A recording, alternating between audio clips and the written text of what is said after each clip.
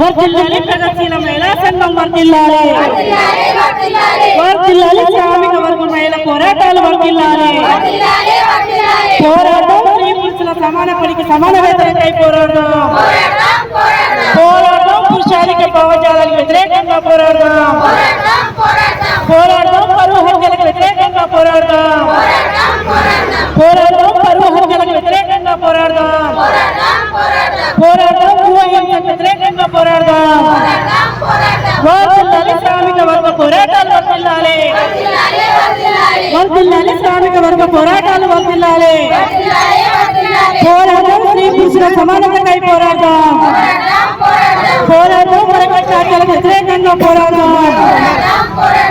ఈసారి అంతర్జాతీయ మహిళా దినోత్సవం మా సంఘం ఇచ్చినటువంటి పిలుపు మహిళలపై జరుగుతున్నటువంటి దాడులకు వ్యతిరేకంగా, అదేవిధంగా ఈ మధ్యకాలంలో ఆడపిల్లలు కులాంతర వివాహాలు చేసుకుంటే ఆ పరువు హత్యలు వరుసగా జరుగుతున్నాయి, వాటిని వ్యతిరేకించి జరపాలని చెప్పి కూడా రాష్ట్ర వ్యాప్తంగా పిలుపునివ్వడం జరిగింది.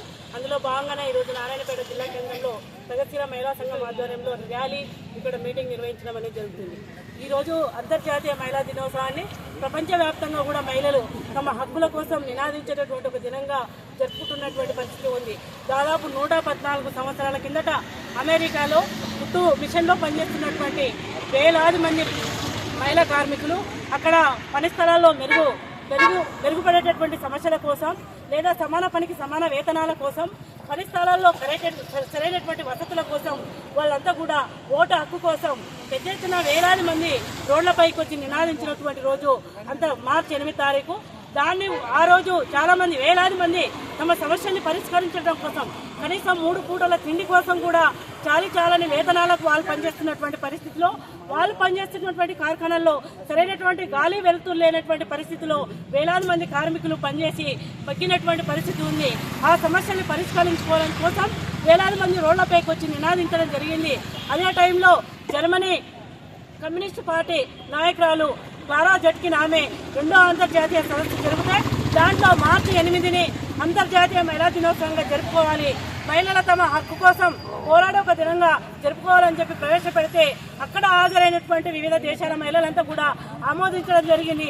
అట్లా 114 సంవత్సరాల నుంచి ప్రపంచవ్యాప్తంగా అంతర్జాతీయ మహిళా దినోత్సవాన్ని జరుపుకోవడం అనేది జరుగుతుంది. 114 సంవత్సరాల కింద మహిళలకు ఏవైతే సమస్యలు ఉన్నావో అవి ఈ రోజు కూడా అంతిమంగా పరిష్కారం కాలేదని చెప్పి కూడా ఈ రోజు మేము భావిస్తా ఉన్నాం. ఈ రోజు దేశవ్యాప్తంగా ప్రపంచవ్యాప్తంగా చూసినా మహిళలపైన ఎక్కడ పడితే అక్కడ దాడులు, అత్యాచారాలు, హత్యలు ఈ రోజు కూడా పెరుగుతున్నటువంటి పరిస్థితి ఉంది.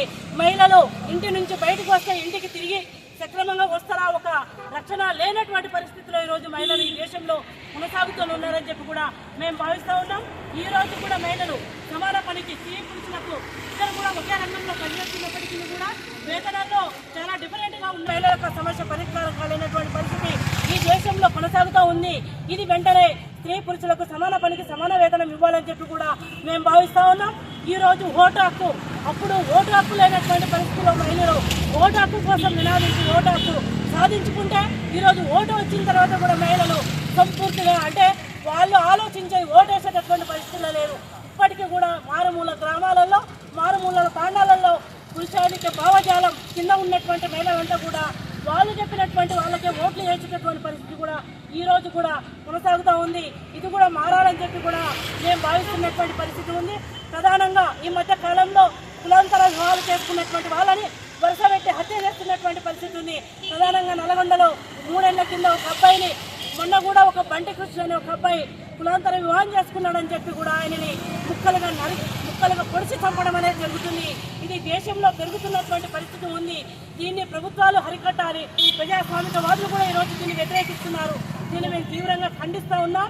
ఇట్లాంటి సమస్యలు సాల్వ్ అయ్యేంత వరకు అంతర్జాతీయ మహిళా దినోత్సవం జరుపుకోవాల్సినటువంటి అవసరం ఈ దేశంలో ఈ రాష్ట్రంలో ఉన్నటువంటి మహిళా సంఘాలకు ఎంతైనా ఉంది అని చెప్పి మహిళలు చివరిగా విముక్తి అయ్యేంత వరకు ఈ అంతర్జాతీయ మహిళా దినోత్సవం జరుపుకోవాల్సినటువంటి అవసరం ఉంది అని చెప్పి గుర్తు చేస్తూ ఇట్లాంటి పోరాటాలు వర్ధిల్లాలని అందులో మా ప్రగతిశీల మహిళా సంఘం నెలవేళలా భాగస్వామ్యం అవుతుందని చెప్పి తెలియజేస్తూ నేను ముగిస్తా ఉన్నాను.